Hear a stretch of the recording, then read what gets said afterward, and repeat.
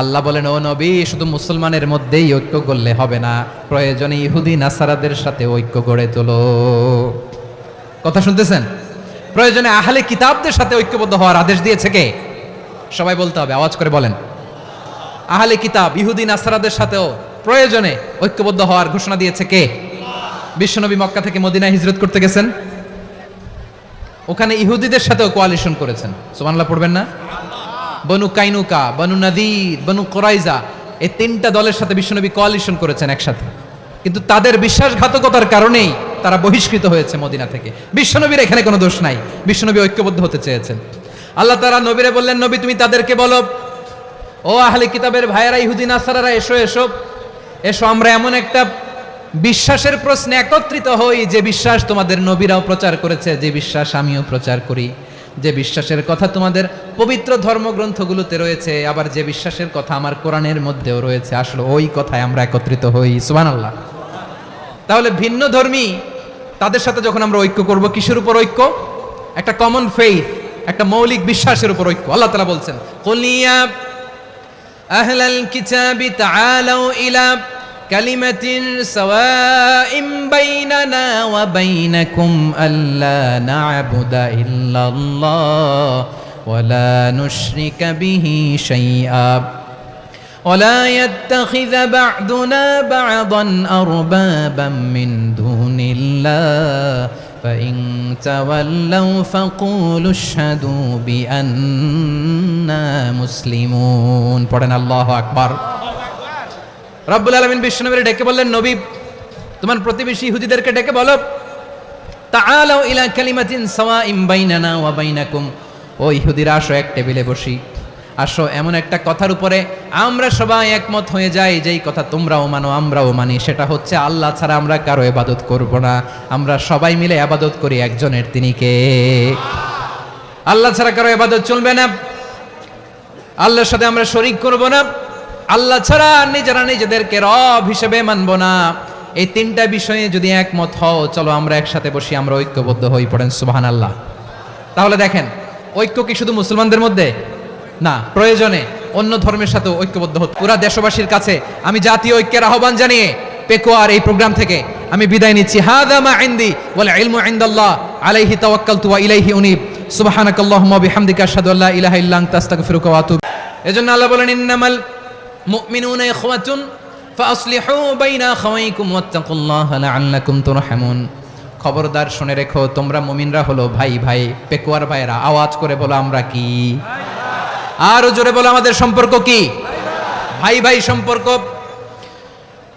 ফাসলিহু বাইনা আখাওয়াইকুম, যদি ভাইয়ে ভাইয়ে বিরোধ হয় মজা নিও না, মুখ থাকতে হাত থাকতে মুখে কি এমন মন্তব্য করো না, আরো লাগিয়ে দিতে যেও না, মিলিয়ে দাও, শান্তি সমঝোতা করে দাও, কারণ তোমরা সবাই হলে দিনী ভাই। আমরা কি?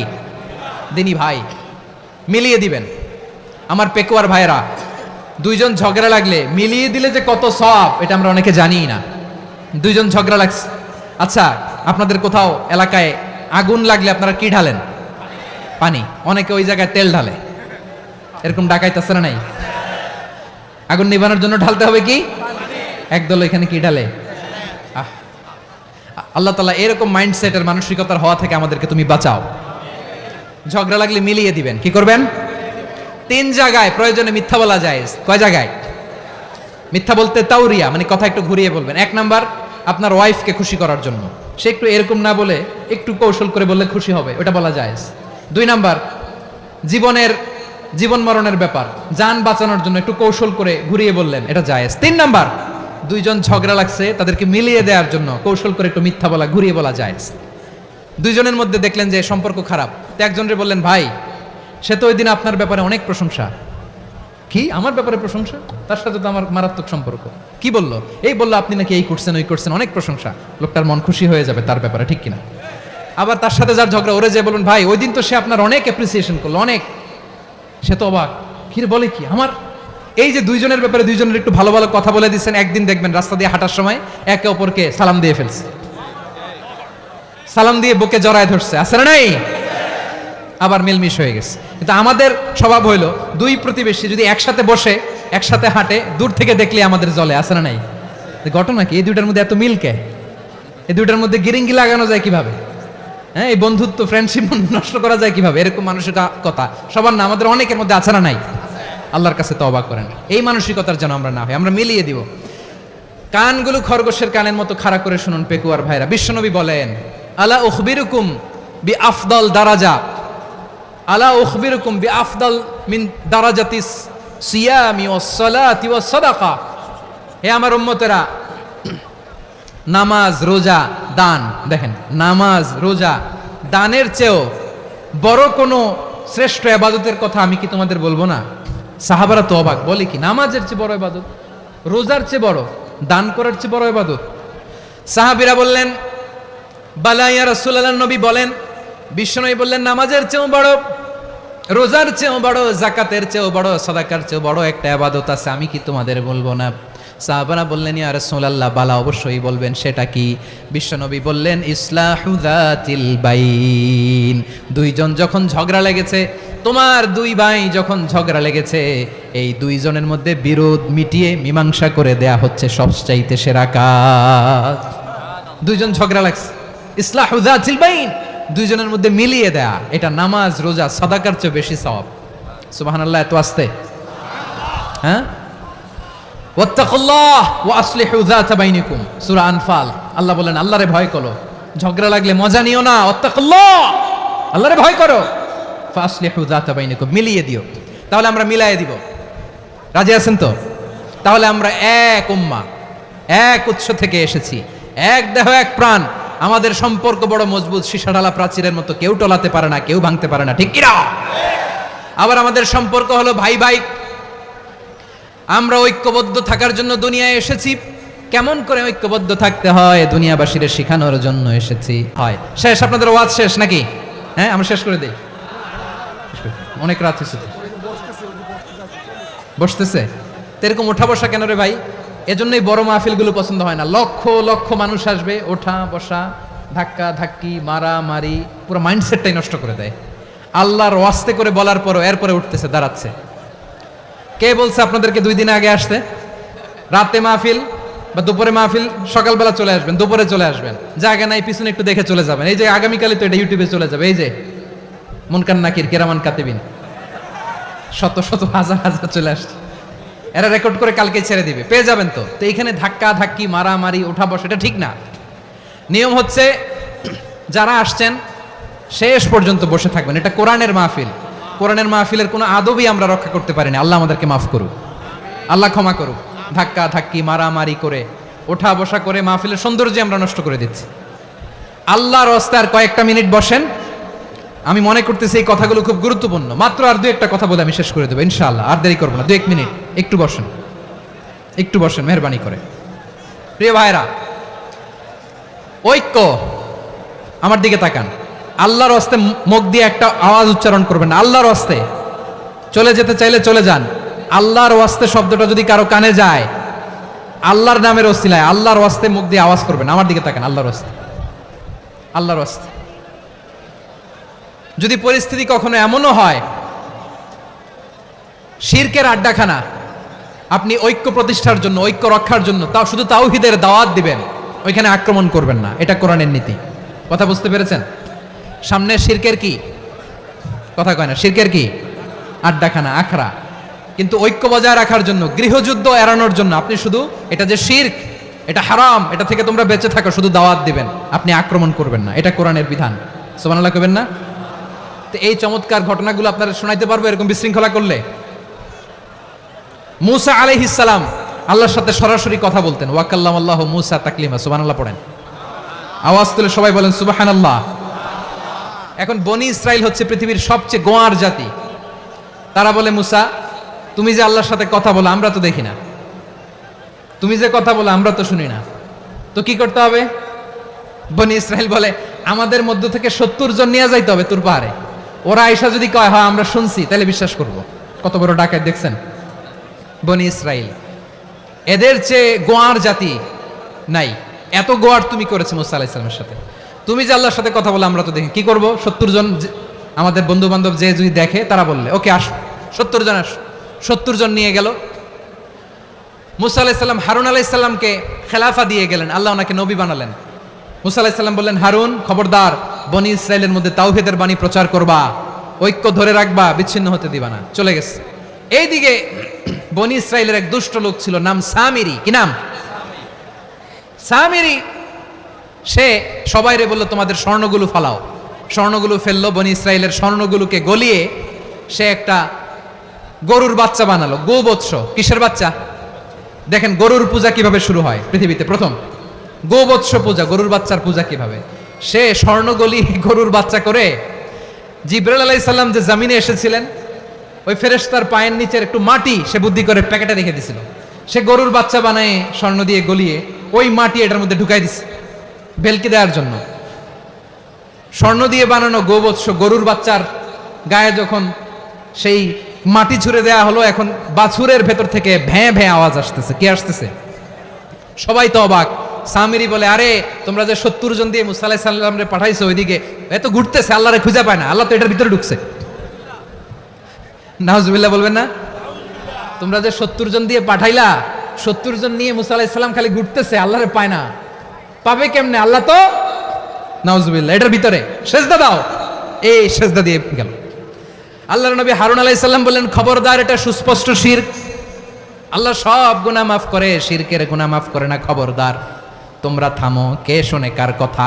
এই যে যেমন এখন আপনারা আমার কথা শুনতেছেন না? শুনতেছেন? হারুন আলাইহিস সালাম বললেন, খবরদার, এই শিরকি কাজে তোমরা সংযুক্ত হয়ো না। তোমাদেরকে কি মনে নাই আমার ভাই মুসা আলাইহিস সালাম কি বলছে? আল্লাহ শিরক মাফ করে না। খবরদার, শিরক করো না, আল্লাহরে ভয় করো। হারুন আলাইহিস সালাম তাদেরকে বুঝালেন, শিরক করো না, আল্লাহরে ভয় করো।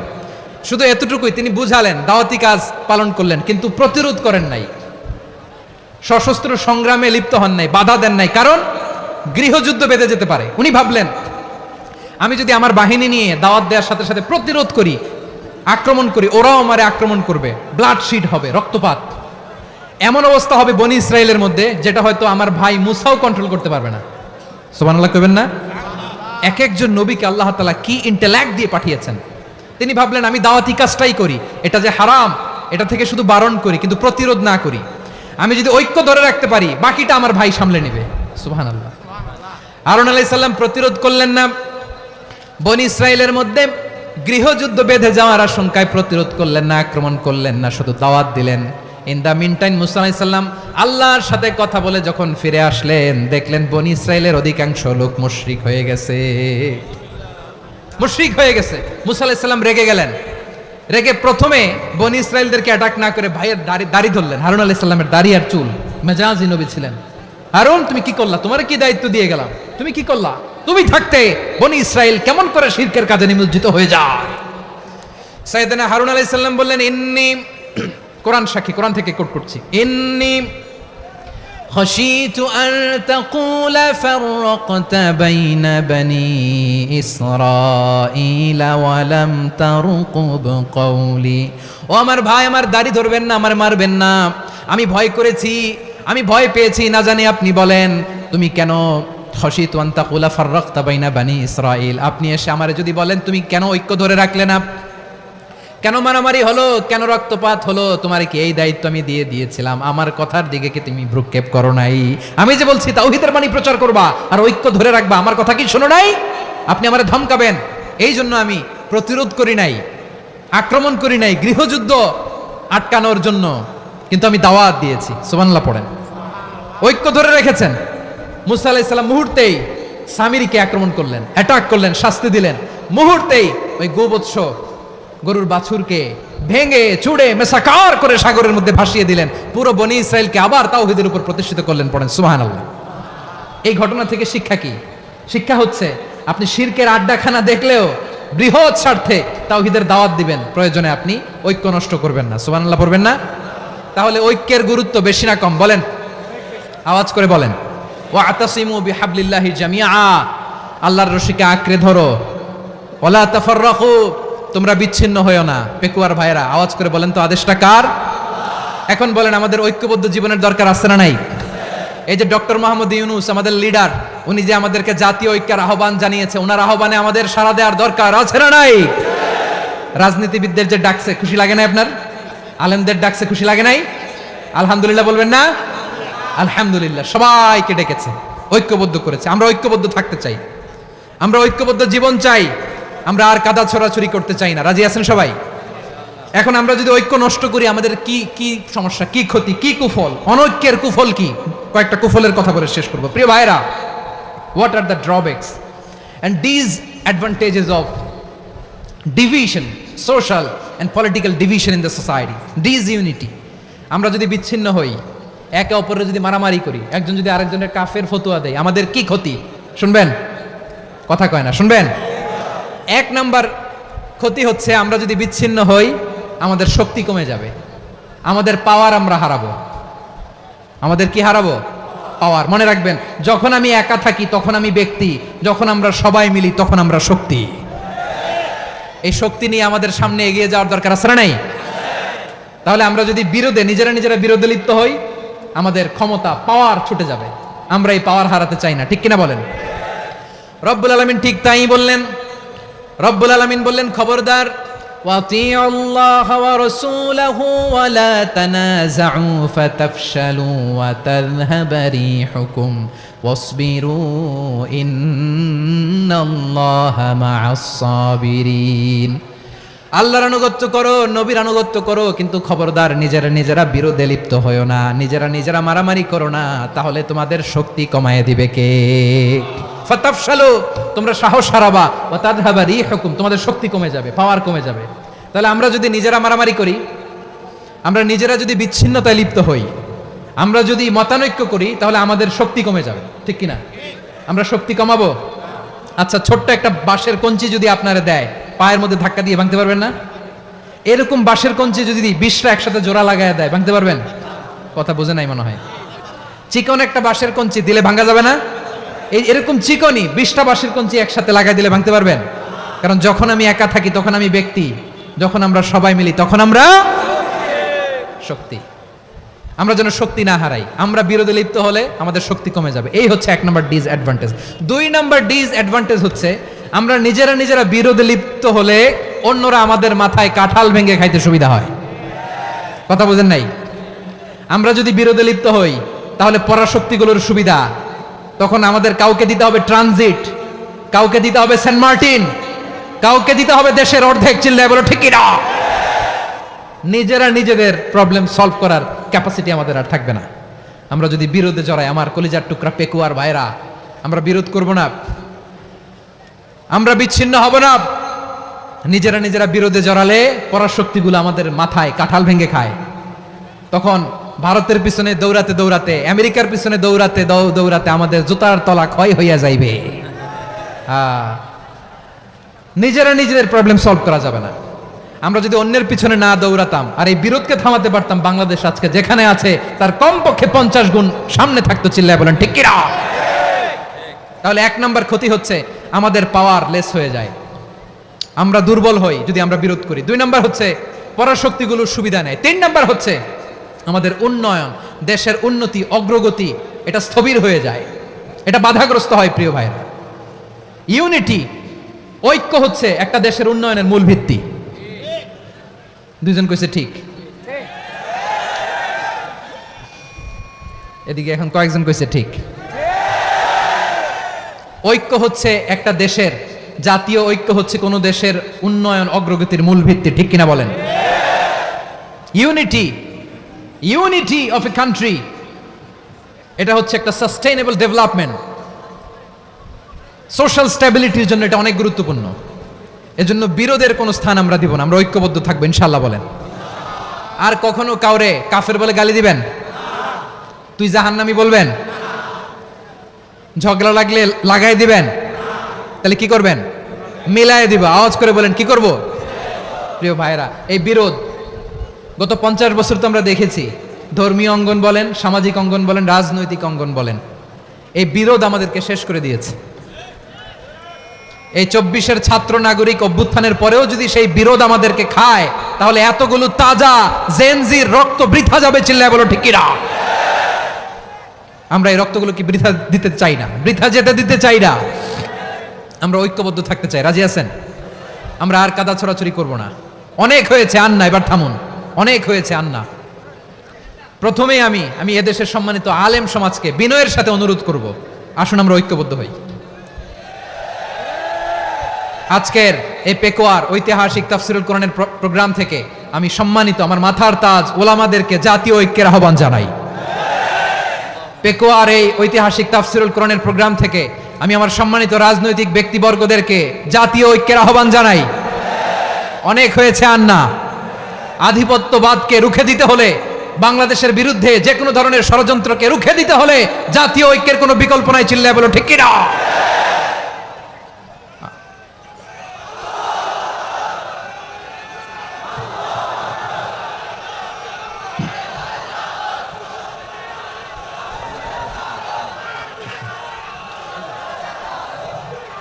আমার প্রিয় ভাইরা, আমার ভাইরা, আর কাদা ছড়াছড়ি করব না ইনশাআল্লাহ। বলেন আল্লাহুম্মা ফারশাদ। আল্লাহ তুমি সাক্ষী থাকো, আল্লাহ তুমি তৌফিক দাও। আওয়াজ করে পড়েন আমিন। আর একে অন্যকে কাফির বলে গালি দিব না, ঠিক কিনা বলেন? রাজি আছেন? ধ্বংস করে দিয়েছি আমরা আমাদেরকে। আপনারা হালাকু খানের নাম শুনেছেন? মঙ্গল অধিপতি হালাকু খান বাগদাদের আমাদের বিশাল দারুল হিকমা লাইব্রেরিকে ধ্বংস করেছে। 10 লক্ষ মুসলমানদেরকে কচুকাটা করে গণহত্যা করেছে। জানেন, আমাদের সভ্যতা সূতিকাগারের কেন্দ্রবিন্দু ছিল বাগদাদ। ইরাকের বাগদাদে যেদিন সে রক্ত নিয়ে হোলি খেলা করে, রক্তের হোলি খেলা যেদিন হয়, ওই দিনও বাগদাদে বাহাস চলতেছিল। আমাদের বাহাস কি চলতেছিল? আপনাদের এলাকায় বাহাস আছে? এই প্রচলিত বাংলাদেশে যে বাহাস, এটার সাথে ইসলামের কোনো সম্পর্ক আছে? এই পর্যন্ত বাহাসের পরে পরাজয় বরণ করছে এরকম কোন দল আপনারা পাইছেন? আমি পাই নাই। প্রত্যেক দলই বাহাসের পরে সংবাদ সম্মেলন করে বলে আমরা জয়লাভ করিয়াছি, ওনারা পালাইয়া চলিয়া গিয়াছেন। আছে না নাই? কারণ সত্য জানার জন্য, সত্য মানার জন্য আসে না তো, নিজের জ্ঞান জাহির করার জন্য বাহাস করে। বিপক্ষ দলের আলেমকে ছোট করার জন্য বাহাস করে। এই বাহাসের স্থান ইসলামে নাই। চিল্লায় বলো ঠিক কিনা? এই সমস্ত বাহাসের দিন শেষ। ঐক্যবদ্ধ হওয়ার বাংলাদেশ। প্রিয় ভাইরা, হালাকু খান সে দারুল হিকমা লাইব্রেরি জ্বালিয়ে পুড়িয়ে এই সব দামি দামি বইগুলো, আমাদের দামি দামি ঐতিহাসিক তুরাসি ক্লাসিক বইগুলোকে দজলা নদীতে ফেলেছে। পুরা দজলা নদী কালো হয়ে গিয়েছে। 10 লক্ষ মুসলমানকে গণহত্যা চালিয়ে এই রক্তের বন্যা যখন দজলা নদীর পানিতে মিশে গিয়েছে, দজলা নদীর পানি লাল হয়ে গিয়েছে। যেই দিন বাগদাদে গণহত্যা চলে, ওই দিনও বাগদাদে বাহাস চলতেছিল। কিসের বাহাস জানেন? মেসওয়াক, ডান মারি থেকে করা সুন্নাহ, এটা আমরা জানি। এখন কি উপরের মারি না নিচের মারি? বাহাসের বিষয়। এই বাহাস করবেন আপনারা? বিশ্ব যখন এগিয়ে চলেছে, আমরা তখন বসে বিবি তালাকের ফতুয়া খুঁজেছি কোরআন হাদিস চষে। তালাক ইসলামের অনেক গুরুত্বপূর্ণ অনুষঙ্গ। তালাক কোরআনের একটা সূরা। কিভাবে তালাক হবে না হবে আমাদের ফোকাহায়ে একরাম, আমাদের আকাবেররা সব বলে গিয়েছেন, সব জানা। আপনি হয় এটা মানবেন, নয় ওইটা নিয়ে বাহাসের দরকার নাই, ওইটা নিয়ে মারামারির স্থান ইসলামে নাই। আওয়াজ করে বলেন ঠিক কিনা? এখন পেকুয়ার ভাইরা, শেষ কথা বলি, আওয়াজ করে বলেন আমরা ঐক্যবদ্ধ হতে চাই কি চাই না? চান? এই যে আমি বিনয়ের সাথে আলেম সমাজকে জাতীয় ঐক্যের আহ্বান জানালাম, এটার সাথে আপনারা সংহতি প্রকাশ করেছেন? বিনয়ের সাথে আজকের এই পেকুয়ার ময়দান থেকে আমাদের রাজনৈতিক নেতৃবৃন্দদেরকে জাতীয় ঐক্যের আহ্বান জানাই, আপনারা সংহতি প্রকাশ করেছেন? এখন এটা রোড ম্যাপ কি, কিভাবে আমরা ঐক্য প্রক্রিয়াতে এগিয়ে যাব? শেষ কথা বলি, একেবারে সহজ। আমাদের ওলামা মাশায়েখদেরকে, আমার মাথার তাজ, তাদেরকে আমরা বলি, এই যে আমরা ঐক্যবদ্ধ হই নাই, আমরা কি বড় কিছু অর্জন করে ফেলছি? বলেন, আমরা কি খুব পাওয়ার সম্মানের জায়গায় আছি? খুব স্ট্রেংথের জায়গায় আছি? তো কিছুই তো নাই। আপনি ঐক্যবদ্ধ হইলে সমস্যা কোথায়? এমন তো না ঐক্যবদ্ধ না হওয়ার কারণে এতদিন আপনার অনেক কিছু ছিল, ঐক্যবদ্ধ হলে আপনি হারাবেন, এমন তো না। তো কিছুই যেহেতু আপনার নাই, আমার নাই, ঐক্যবদ্ধ হলে আমরা সমস্যা কোথায়? ঐক্যবদ্ধ হয়েই দেখি না, ঠিক কিনা? ঐক্যবদ্ধ হওয়ার দুইটা ওয়ে। রাজনৈতিক ঐক্য কিভাবে হবে? রাজনৈতিক সম্মানিত নেতারা ঠিক করবেন। আলেমরা কিভাবে ঐক্যবদ্ধ হবেন? শেষ কথা বলে শেষ করছি, খুব গুরুত্বপূর্ণ। This is the punching line. এদিকে তাকান। ঐক্য হবে দুইটা পদ্ধতিতে। একটা হচ্ছে কমন গ্রাউন্ড নিয়ে, বেসড অন কমন গ্রাউন্ড। যেমন ধরেন, আমরা নামাজ কায়েম করতে চাই, জামাত ইসলাম এই কথার উপর একমত আছে না নাই? নামাজ কায়েম হোক, একমত না জামাত ইসলাম? হেফাজত একমত না? ইসলামী আন্দোলন একমত না? তাবলীগের ভাইয়েরা একমত না? পীরের মুরিদেরা একমত না? আপামর তাওহীদি মুসলিম জনতা একমত না? তাহলে নামাজ কায়েম করতে হবে, নামাজ কায়েম করতে হবে এই কমন গ্রাউন্ডে আমরা সবাই একমত, ঠিক কিনা? যাকাত আদায় করতে হবে, সবাই একমত, ঠিক কিনা? কথা নাই, কথা নাই। যাকাত আদায় করতে হবে, সবাই একমত, ঠিক কিনা? নারীদের পর্দা করতে হবে, শালীন পোশাক পরতে হবে, একমত সবাই, ঠিক কিনা? বৈষম্য বিরোধী বাংলাদেশ চাই, সবাই একমত, ঠিক কিনা? মেরিটোক্রেসি, মেরিটোক্রেসি, আর কোনো মামা চাচার ফোনে পদ দিলে হবে না, মেধার ভিত্তিতে সবগুলো পদ ঠিক করতে হবে, চিল্লায় বলো ঠিক কিনা? আমরা একমত না? স্বাধীনতা সার্বভৌমত্বের প্রশ্নে আমরা সবাই একমত, ঠিক কিনা? আমার নবীরে গালি দিলে রাষ্ট্রীয়ভাবে সর্বোচ্চ শাস্তি তার নিশ্চিত করতে হবে, ঠিক কিনা? এরকম 10টা কমন গ্রাউন্ড আমাদেরকে, 1 2 3 4 5, 10টা কমন গ্রাউন্ডে আমরা সবাই এক। এই 10টা কমন গ্রাউন্ডকে সামনে রেখে বিশাল জনসমাবেশ করেন সোহরাওয়ার্দীর ময়দানে, সবাই আসেন। জামাত ইসলাম, হেফাজতে ইসলাম, ইসলামী আন্দোলন, পীরের মুরিদ, তাবলিগ, খেলাফত মজলিস, সবাই একসাথে হন, তাহলে সবাই জানবে যে এই 10টা বিষয়ে আমরা একমত। বলেন, এই ঐক্যতে আপনার দরবার যাবে? দরবার নষ্ট হবে? আপনার দল নষ্ট হবে? আপনার আকীদা নষ্ট হবে না?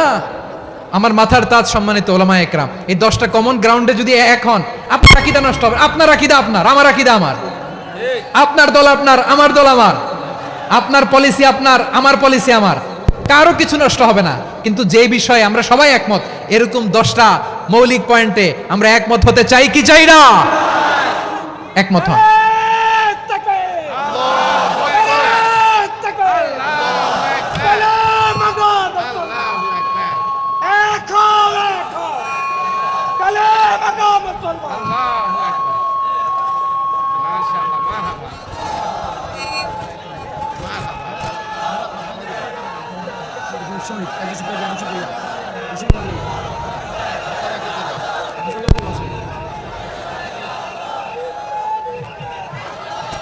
আমার পেকোয়ার ভাইরা, তাহলে ঐক্যবদ্ধ হওয়ার 1 নম্বর পদ্ধতি based on common ground. Common ground, এতে কারো কোনো লস নাই, কারো কোনো ছাড়ও দেয়া লাগবে না, কারো দরবারও যাবে না, কারো দলও নষ্ট হবে না, কারো আকীদাও নষ্ট হবে না। আমার আকীদা আমার, আমার দল আমার, আমার সব ঠিক আছে। শুধু এই বিষয়ে আমি একমত, তুমি একমত, তুমি একমত, তো আমরা সবাই একসাথে বসে জানান দেই যেগুলোতে আমরা একমত, শোডাউন করি। বাংলাদেশের যে কোনো মহাসমাবেশকে সেই দিনের মহাসমাবেশ ছাড়িয়ে যাবে, চিল্লায় বলো ঠিক কিনা? এরপর জেলায় জেলায় বিভাগীয় আপনারা ওয়ার্কশপ করেন, সেমিনার করেন, আইস ব্রেকিং প্রোগ্রাম করেন, এইভাবে আমাদেরকে আগাতে হবে। তাহলে number 1 common ground based, number 2 issue based, issue ভিত্তিক ঐক্য। যখনই জরুরি কোনো ইস্যু আসবে আমরা ঐক্যবদ্ধ হব। রাজি আছেন সবাই? সবাই রাজি আছেন? আল্লাহ তাআলা আমাদের সবাইকে ঐক্যবদ্ধ জীবন ধারণের তৌফিক দান করুক, আমরা পড়ি আমিন। আজকের এই তাফসীর প্রোগ্রামকে আল্লাহ কবুল করুক, আমরা পড়ি আমিন। এই যে আমাদের যে ভাইরা এই 24-এর ছাত্র নাগরিক অভ্যুত্থানে শহীদ হলো, আল্লাহ তাদের শাহাদাতকে কবুল করুক, আমরা পড়ি আমিন। এই আপনাদের ঐক্যবদ্ধ হওয়ার নমুনা। বসেন, এটা কি আদব হয়েছে? আদব আমি উঠছি, আমি না উঠলে আপনারা উঠতে পারবেন? তো এই লিপ সার্ভিসের তো কোনো দরকার নাই। বসেন বসেন। ওয়াসিম পেকুয়া, আহসান হাবিব চকরিয়া, তারা এই 24-এর ছাত্র নাগরিক অভ্যুত্থানে শহীদ হয়েছে। আমরা তাদের শাহাদাতের সর্বোচ্চ মাকাম আল্লাহর কাছে কামনা করি, আওয়াজ করে বলেন আমিন।